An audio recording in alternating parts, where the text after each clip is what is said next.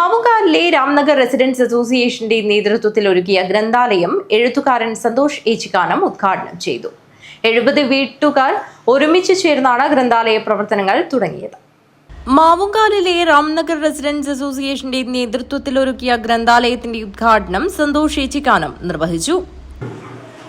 ഞാൻ എറണാകുളത്ത് താമസിക്കുന്ന ഒരാളാണ്. ഞാൻ ഇവിടത്തേക്ക് വരുന്ന റെസിഡൻസ് അസോസിയേഷന്റെ ഒരു പരിപാടിക്ക് നമ്മൾ അത്രയും ദൂരത്തിൽ ഇങ്ങോട്ട് വരേണ്ട കാര്യമുണ്ടോ എന്ന് ചോദിക്കുമ്പോഴാണ് പറഞ്ഞത് ഇതൊരു ലൈബ്രറി ഇവിടെ ഉദ്ഘാടനമാണ് എന്നുള്ളത്. അപ്പോൾ ആ ലൈബ്രറിയുടെ ഉദ്ഘാടനമായതുകൊണ്ട് തന്നെയാണ് ഞാൻ ഈ ഒരു ചടങ്ങിലേക്ക് ഇത്രയും താല്പര്യത്തോടുകൂടി ഞാനിവിടെ എത്തുന്നത്. ഇത് നിങ്ങളുടെ ഒരു താല്പര്യം മാത്രമല്ല, എൻ്റെ കൂടി നമ്മുടെ താല്പര്യമാണ് ഈ ലൈബ്രറി എന്ന് ഇവിടെ പറഞ്ഞ് വെക്കുകയാണ്. 70 വീട്ടുകാർ ഒരുമിച്ച് ചേർന്നാണ് ഗ്രന്ഥാലയ പ്രവർത്തനങ്ങൾ തുടങ്ങിയത്. 1.5 വർഷത്തെ പ്രയത്നം കൊണ്ട് രാംനഗറിൽ ഗ്രന്ഥശാലയ്ക്ക് കെട്ടിടം നിർമ്മിച്ചു. റെസിഡൻസ് അസോസിയേഷൻ അംഗങ്ങൾ സ്വരൂപിച്ച തുക ഉപയോഗിച്ചാണ് കെട്ടിടത്തിന്റെ പണി പൂർത്തീകരിച്ചത്. 1000-ഓളം പുസ്തകങ്ങളും ശേഖരിച്ചിട്ടുണ്ട്.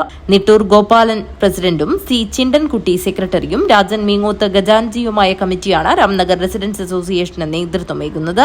മികച്ച വനിതാ വേദിയും ഇവിടെ പ്രവർത്തിക്കുന്നുണ്ട്. പ്രസിഡന്റ് നിട്ടൂർ ഗോപാലൻ അധ്യക്ഷത വഹിച്ചു. സ്മിത ടീച്ചർ ഉദ്ഘാടകനെ പരിചയപ്പെടുത്തി. ജയരാജ് പി വി, സുകുമാരൻ നായർ, പ്രഭാകരൻ കരിച്ചേരി, രമ്യ പ്രസാദ് എന്നിവർ സംസാരിച്ചു. അഡ്വക്കേറ്റ് ടി കെ സുധാകരൻ മുഖ്യാതിഥിയായി പങ്കെടുത്തു. സി ചിണ്ടൻകുട്ടി സ്വാഗതവും കുഞ്ഞികൃഷ്ണൻ വി നന്ദിയും പറഞ്ഞു. News bureau, Kanhangad.